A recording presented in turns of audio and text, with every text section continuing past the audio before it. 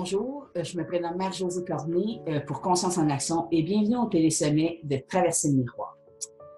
Le but de l'objectif en fait de cet événement est de vous informer, de vous guider, mais surtout de vous inspirer. De vous inspirer que de traverser le miroir de l'illusion qu'a su créer l'ego au fil du temps pour nous éloigner de la véritable personne que nous sommes.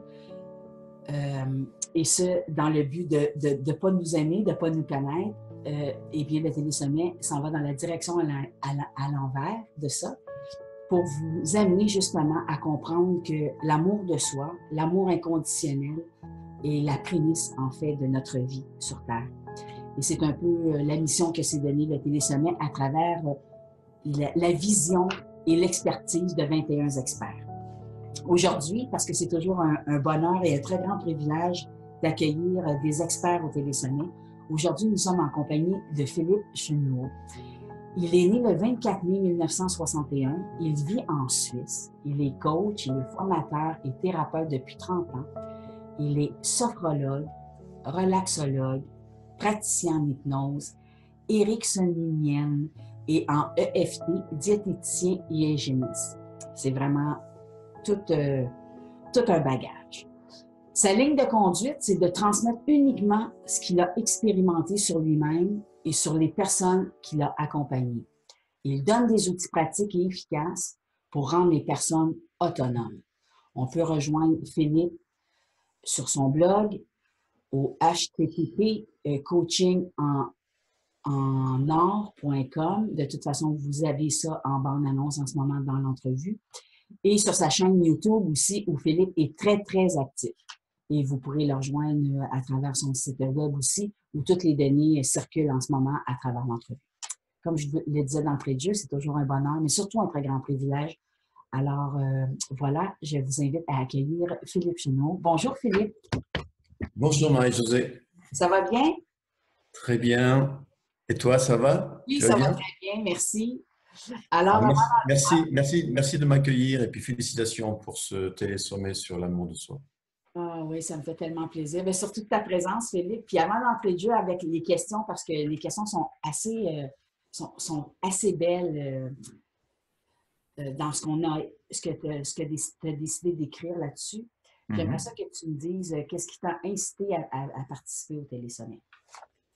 Tu sais, pour moi, l'amour de soi, c'est vraiment la clé essentielle avec aussi l'éveil que j'appelle spirituel, l'éveil intérieur, l'éveil à soi-même. Pour moi, l'amour, comme je l'expliquais aujourd'hui, c'est vraiment la base essentielle, et tu le dis aussi, pour guérir de toutes nos blessures. Bon, je vais en reparler. Quand j'étais enfant et adolescent, j'ai personnellement manqué d'amour puisque je n'ai pas connu mon père, j'ai été séparé de ma mère, etc. Donc, je sais ce que c'est ne manquer d'amour. Et quand on n'a pas l'amour, quand on ne reçoit pas l'amour, eh bien, on a tendance à culpabiliser, je reviendrai là-dessus, et puis à générer une forme de dévalorisation qui peut s'accentuer au cours des âges, au cours de la vie. Et ça crée énormément de problèmes, comme par exemple le manque de confiance en soi. Donc, à un moment donné, j'ai bien sûr identifié tout cela, j'ai appris à m'aimer, j'ai appris à développer la confiance en moi, et c'est ce que je partage. Donc, pour moi, l'amour tout court, c'est déjà l'énergie la plus importante de l'univers. Et l'amour de soi, c'est ce qui est le plus important parce que ça commence par là. Vous ne pouvez pas aimer l'autre correctement si vous ne vous aimez pas vous-même. Vous ne pouvez pas guérir de vos blessures si vous ne vous aimez pas vous-même. Donc c'est vraiment, ça s'apprend et je vais y revenir, mais l'amour, on en a tous en soi, sauf que justement, à cause de blessures, on l'a totalement enfoui et oublié. Donc il va falloir retrouver cet amour pour se le donner à soi-même, faire la paix avec soi et enfin pouvoir faire la paix avec les autres. C'est tout un programme extraordinaire.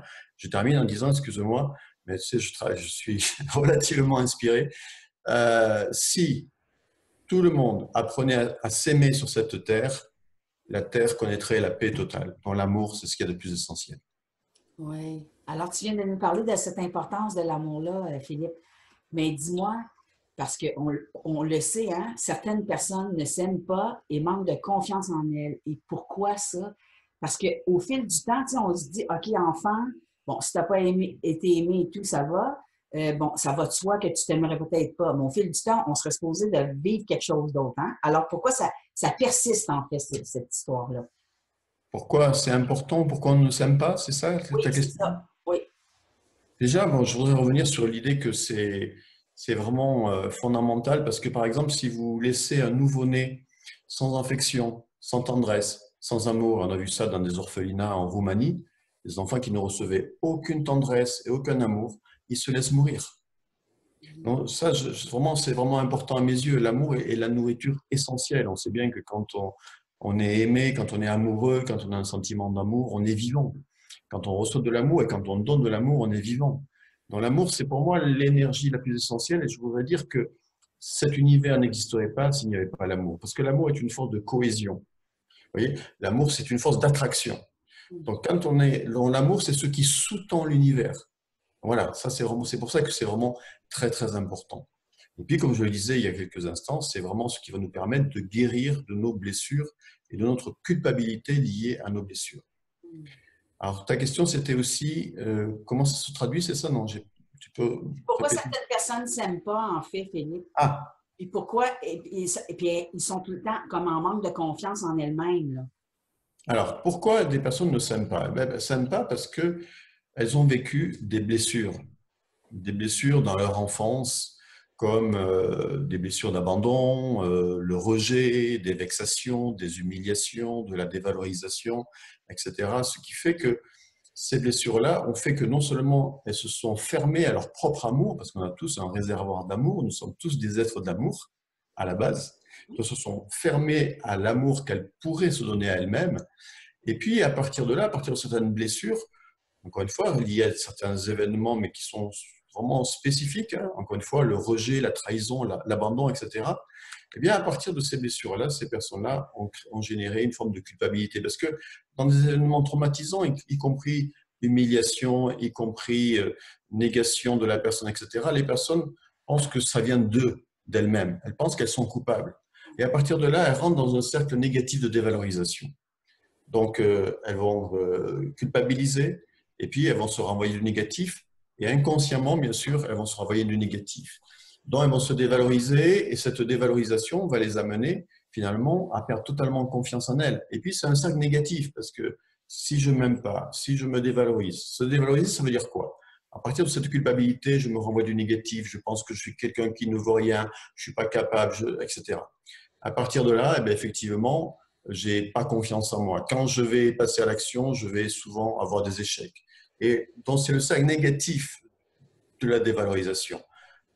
Blessure, dévalorisation, manque de confiance en soi, échec. Vous voyez, tu vois? Et donc, voilà. Donc, le manque d'amour de soi est lié donc à des blessures et aussi est lié au système socio-éducatif. Parce que, qui est aussi un reflet hein, de ce que l'on est, hein, c'est-à-dire compétition, comparaison, évaluation. Tout ça fait que, bah, voilà, si un enfant à l'école, on est, au lieu d'être valorisé, il est mis au banc, il est puni, il est devant tout le monde, etc. Ça peut être des chocs vraiment émotionnels très profonds qui créent un sentiment que je ne suis pas une bonne personne et qui créent de la dévalorisation. Et cette blessure initiale bah, va se répéter au fil de la vie. Tant qu'on n'en prend pas conscience, tant qu'on ne fait pas le cheminement inverse de l'amour de soi, cela peut se perpétuer indéfiniment. Et je dirais pour terminer là-dessus, c'est que tout cela n'est que le reflet d'un état intérieur, en fait. Alors là, parce que certains diront, oui, c'est lié à des blessures de l'enfance. Moi, je dis que l'enfant, il arrive avec un certain bagage. Il y a des enfants qui ont plus confiance en eux naturellement et d'autres beaucoup moins. Et ce que je suis, j'en ai le reflet à l'extérieur de moi. Donc si dès le départ, je suis de nature plus faible, moins de confiance en moi, moins d'amour pour moi, moins d'estime, etc., je vais en avoir le reflet. Et inversement, si j'ai plus de confiance en moi, je vais avoir aussi quelqu'un qui me le dit, qui va me valoriser, etc. Mais bon, ça c'est une conception. Chacun a sa conception. On peut dire que voilà, à partir de l'enfance et du système socio-éducatif, se créent des blessures qui créent de la dévalorisation. Ouais, wow. Wow. Et comment est-ce que se traduit ce manque d'estime et de confiance en soi, Philippe? Alors, quand quelqu'un a vraiment perdu confiance en soi, quand elle n'a pas confiance en elle-même, ben, cette personne va se... Alors, ce qu'il faut bien comprendre, en fait, hein, c'est qu'à partir du moment où il y a ces blessures de rejet, d'abandon, vexation, humiliation, eh bien, on va générer ce qu'on appelle des complexes et des peurs. Donc, complexe d'infériorité, voire même complexe de supériorité, hein, en compensation, mais c'est souvent plutôt complexe d'infériorité, et puis différents types de peurs. Peur de communiquer, peur de prendre la parole, peur de ce que pensent les autres, peur comment dire, de passer à l'action par peur de l'échec, etc. Donc, comment ça se traduit? Eh bien, quelqu'un qui est vraiment, effectivement, dans ce processus, il a généré des complexes et des peurs. Donc, du coup, ben, dans sa vie, ça se traduit, par exemple, par le fait que je peux être timide, je me mets en retrait, j'ose pas, je ne prends pas la parole, je me laisse faire, je me laisse dominer, j'ose pas dire non, je ne me laisse pas respecter. Je ne sais pas non plus dans une relation affective, par exemple, je suis dépendant affectif. Parce que n'étant pas capable moi-même de me donner de l'amour, ben, je dépends de l'amour de l'autre. Donc, je suis un dépendant affectif. Je manque d'autonomie affective. Et puis voilà, ça se traduit beaucoup, ça va se traduire par plein de comportements. La possessivité ou la jalousie, ce sont des comportements liés aussi à ce genre de blessures. Tous les comportements sont liés à ces blessures originelles et à ce manque d'amour.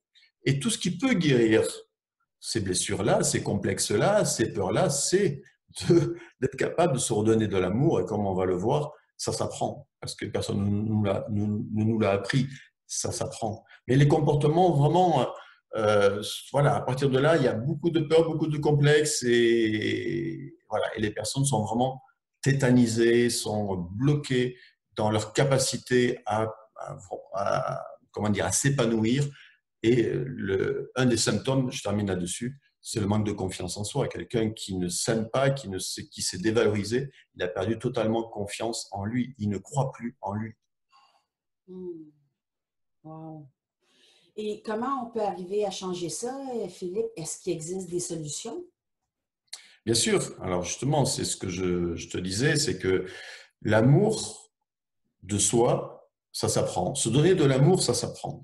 Quand pendant des années, des décennies, eh bien, on s'est donné du jugement, de la critique. Parce que voilà, quelqu'un qui s'aime pas aussi, c'est quelqu'un qui se renvoie sans cesse du négatif. C'est quelqu'un qui sans arrêt se critique. C'est quelqu'un qui pense qu'il ne vaut rien. C'est quelqu'un qui ne peut pas se regarder dans le miroir. C'est quelqu'un qui a de la difficulté à se dire je t'aime. Il ne peut pas. C'est pas possible. Et il est souvent dans ce processus de négation de soi et de dévalorisation. Donc on peut inverser, à défaut de se, comment dire, quand on se dévalorise, ce qu'on va enseigner, c'est apprendre à se valoriser. Et ça s'apprend. Et personne ne nous l'apprend parce qu'on est dans, comme je disais tout à l'heure, on est dans un système qui crée plus de la dévalorisation que de la valorisation. On n'apprend pas à l'école, on ne valorise pas les enfants. C'est rare, dans certaines écoles un peu spécifiques, alternatives, mais sinon, dans les écoles classiques, l'enfant n'est pas valorisé. On ne le met pas en avant. Et les parents, bien sûr, n'ont pas été éduqués dans ce sens-là. C'est pareil, ils vont plus dévaloriser peut-être l'enfant que le mettre en valeur et de voir, comme je l'enseigne, le verre à moitié plein de ses résultats que le verre à moitié vide. Mais si chaque fois on met le doigt sur ce qui ne va pas, comment je peux exister? Comment je peux me valoriser? Alors moi, par exemple, dans mon accompagnement, je vais apprendre aux personnes à voir le verre à moitié plein de leur vie. Tout ce qui a été bon et bien dans leur vie. Tout ce qui a été positif dans leur vie. Tout ce qui est bon et bien chez elles. Et ça s'apprend. Parce qu'encore une fois, on nous a formaté à voir toujours ce qui n'allait pas, ce qui était négatif. Et l'inverse, ben, bien sûr, est possible. Donc, petit à petit, progressivement, par un certain apprentissage, on peut apprendre à voir ce qu'il y a de bon chez soi. Et ça s'appelle se valoriser. Et plus je vais apprendre à me valoriser, bien plus je vais retrouver de la confiance. Et plus je vais retrouver de la confiance, plus je vais pouvoir passer à l'action et aller de l'avant pour me développer et réussir ce que j'entreprends. C'est ce que j'appelle le cercle vertueux de l'amour de soi. Valorisation égale meilleure estime, égale plus de confiance en soi, égale plus de réussite et même égale plus d'abondance dans sa vie. Parce que quand on s'aime, on s'autorise tout dans la vie. Tu vois, quand on ne s'aime pas, on s'interdit tout. Comme je l'enseigne par ailleurs, quand quelqu'un ne s'aime pas, inconsciemment, il s'auto-sabote. Il se dit inconsciemment, je ne suis pas assez bien et assez une belle personne, c'est bon pour avoir le meilleur de la vie. Et inversement, quand quelqu'un s'aime, il va se dire, mais je suis tellement une belle personne que je mérite le meilleur de la vie, tu vois? Et tout ça, ça s'apprend. Ouais, et ça, c'est tellement vrai, Philippe, hein? Il y a tellement une abondance dans ce travail-là. Mais je vais continuer avec ça. C'est juste que ça me fait lever plein de. C'est bon de t'entendre, tu sais. Qu'est-ce que tu dirais au niveau des effets positifs, Philippe, de ce qu'apporte la valorisation de soi, le fait d'apprendre à s'aimer? Tu sais, il y a des conséquences positives, il y a des conséquences négatives dans la vie, mais là, il doit y avoir des conséquences positives, j'imagine, quand on prend le temps de commencer à faire ce travail-là sur soi. Les effets positifs, c'est quoi pour toi? Je vais te donner les effets positifs. Juste avant, je complète la question précédente en te disant que par des exercices spécifiques de valorisation et de reprogrammation, on peut apprendre à s'aimer jusqu'à devenir, comme je l'enseigne, amoureux de soi-même. Parce que pour moi, le but, d'abord, nous devons nous aimer nous. Et apprendre, c'est vraiment fondamental, jusqu'à devenir amoureux de soi-même, pas dans le sens narcissique, c'est pas ça, dans le sens où vraiment je suis bien avec moi-même. Et quand je suis bien avec moi-même, je peux être bien avec les autres. Quand je m'aime, je peux aimer correctement l'autre. Quand je m'aime pas, je ne peux pas aimer correctement l'autre, je suis dépendant de l'autre et je prends tout ce que je peux prendre sans pouvoir réellement donner, tu vois, même sans pouvoir toujours bien recevoir aussi les choses. Bon. Mais voilà, ce que je voulais dire, c'est que dans les techniques d'accompagnement pour apprendre à s'aimer, ce qui est important pour moi, ce sont des techniques, des méthodes très pratiques, pas à pas, répétitifs sur une certaine durée, minimum 6 mois, où on répète ces exercices très simples, et on les répète. Et on travaille aussi au niveau de l'inconscient. Moi, j'utilise bien sûr l'hypnose ericksonienne, j'utilise la sophrologie, j'utilise bien sûr la relaxation visualisation positive, j'utilise l'EFT. Parce que inconsciemment, il y a des programmes d'autosabotage, comme je disais tout à l'heure. Donc ça, c'était pour compléter la question précédente. Mais à partir de là, la personne, ben, plus elle est bien avec elle-même, plus elle va devenir autonome, effectivement, au niveau de l'amour. Donc à partir de là, par exemple, elle va mieux supporter sa solitude, elle va pouvoir vivre seule, si elle est seule, par exemple. Tu vois, elle va pouvoir vivre une relation plus adulte au niveau affectif avec l'autre. C'est plus une relation mère-enfant ou père-fille. Ça va être ou mère-fils, ça va être une relation beaucoup plus adulte, tu vois. Et on attire toujours à soi qui on est. Donc, si je suis bien avec moi, je vais attirer aussi une personne qui est bien avec elle-même. Et donc, ça va avoir des conséquences énormes au niveau relationnel, mais ça va avoir aussi des conséquences énormes au niveau professionnel, au niveau financier, à tous les niveaux. Quand j'ai plus confiance, je vais avoir plus confiance en moi, comme je le disais précédemment. À partir de là, je vais pouvoir prendre ma place, oser, m'affirmer, communiquer, prendre la parole. Je vais sortir de ma timidité, fini la culpabilité, parce que la culpabilité inconsciente va totalement s'effacer par l'amour que l'on peut se donner. L'amour est guérisseur et personne ne peut faire ce chemin à notre place. Ça, c'est vraiment important de le comprendre. C'est pas parce que quelqu'un est amoureux de vous que vous allez vous aimer vous. Non, ça va vous faire du bien sur le moment, mais ça suffira pas. Si vous voulez que la relation dure, il va falloir que vous appreniez à vous aimer vraiment, véritablement. Donc les conséquences, elles sont énormes en termes de confiance, de réussite, de sortir de sa timidité, en finir avec la culpabilité, être mieux dans une relation, être autonome effectivement, etc. Prendre la parole, enfin, tous les complexes qu'on pouvait avoir vont progressivement être transformés. Oui, wow. Ah, c'est quelque chose, hein? Et vous, et toi, ben moi, et vous, et toi, oui. Et toi, Philippe, qu'est-ce que tu proposes concrètement pour aider les personnes qui souffrent de dévalorisation, de non-amour, de manque de confiance en elles? Tu sais, qu'est-ce que tu proposes comme, je sais pas, on commence par quoi? C'est tout le temps ça ma Alors, question, moi. On commence par quoi? moi, ce que je propose, c'est, bien sûr, j'ai des accompagnements en ligne où j'accompagne les personnes sur plusieurs mois, dans des programmes comme cela, des formations en ligne, et j'accompagne sur 6 mois les personnes dans ce processus avec des exercices et un timing spécifique. Après, j'ai des ressources gratuites, comme par exemple un e-book de 35 pages qui va permettre vraiment, où je développe tout ce que j'ai dit aujourd'hui, hein, je le développe beaucoup plus. Et puis, les personnes qui prennent cet e-book, ben, vont pouvoir suivre aussi une mini-formation. Vous savez, ils vont recevoir des messages régulièrement qui vraiment les accompagnent dans le début de ce processus. Après, s'ils veulent aller plus loin, je suis là aussi. Mais déjà, vous pouvez commencer ce processus grâce à cet e-book et cette mini-formation. Et puis, sur ma chaîne YouTube, j'ai toute une playlist sur l'estime et l'amour de soi avec peut-être une trentaine de vidéos. Vous pouvez aussi voir, j'ai fait des conférences qui ont été filmées. Vous pouvez aussi aller voir sur ma chaîne YouTube. Vous avez des ressources dans cette thématique-là. Il y en a d'autres thématiques, mais sur l'amour de soi, vous avez, je pense, une bonne trentaine de vidéos. Philippe, je veux te poser une dernière question, moi. J'aimerais que tu me racontes, parce que moi, j'aime les histoires vraies, les vraies affaires. J'aime, parce que je suis une visuelle, puis j'aime entendre. Raconte-nous une histoire de quelqu'un que tu as eu avec toi, ou puis tu as vu que c'est devenu un miracle. Moi, j'aime les miracles de cette histoire-là de revalorisation. Tu sais, que tu as pris cette personne-là, elle était vraiment défaite, là, puis tout d'un coup, il y a quelque chose qui a allumé, là. Ouais, je pourrais te raconter plein d'histoires. Mais une en particulier, peut-être, qui t'a frappé. Non, mais j'ai tellement d'histoires où, effectivement, à partir de ce processus de valorisation que j'enseigne, il y a la confiance qui remonte. Et quand la confiance remonte, tout est possible.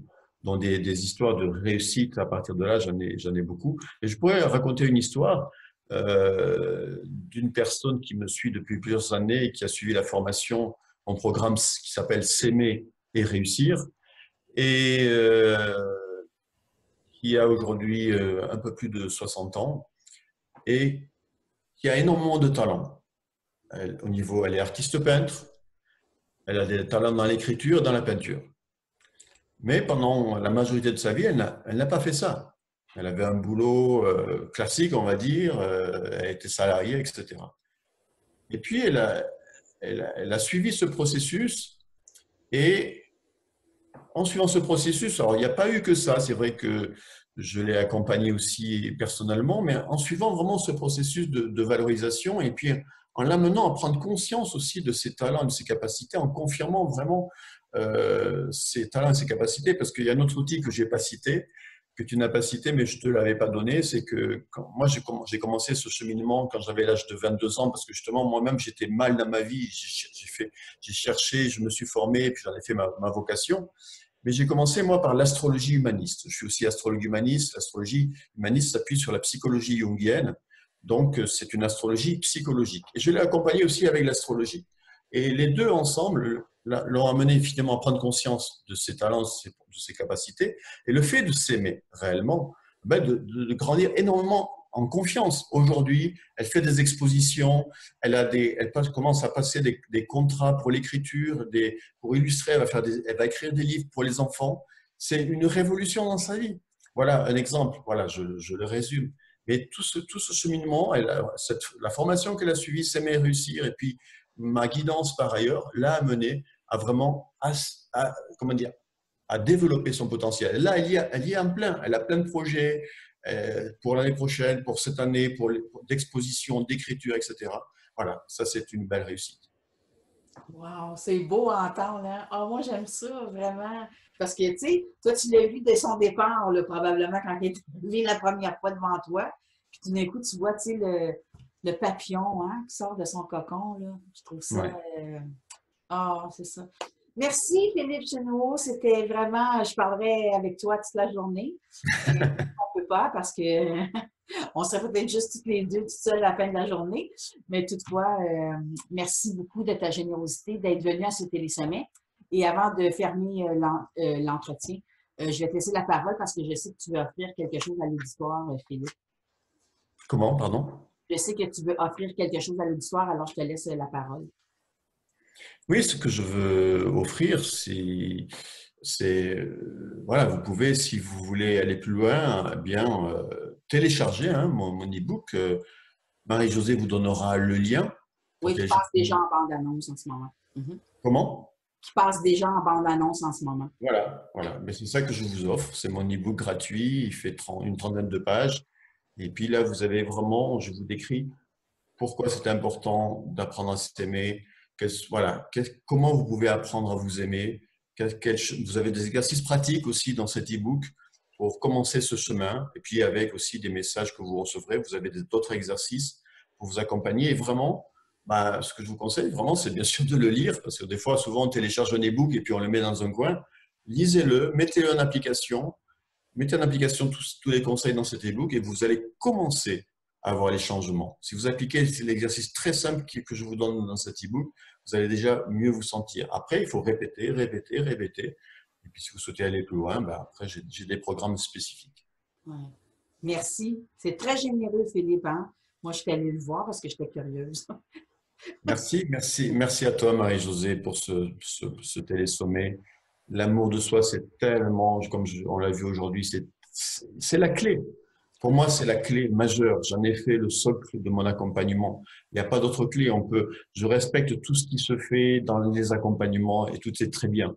Mais pour moi, s'il n'y a pas, si on n'apprend pas à la personne de s'aimer, on passe à côté de l'essentiel. L'amour, c'est la clé de la guérison de toutes nos blessures. Oui, tout à fait. Je suis très, très, très d'accord avec toi, moi. Alors, merci, Philippe Chéneau. Alors, cher auditoire, c'était une autre entrevue du Télésommet Traverser le miroir. N'oubliez pas, pour la prochaine entrevue qui est demain matin à 6 heures dans votre boîte courriel. Et sur ce, ben, je vous souhaite une excellente journée. Je vous dis, prenez soin de vous, prenez soin de votre cœur et au plaisir. Merci. Au revoir, Philippe. Au revoir, Marie-Josée. Merci.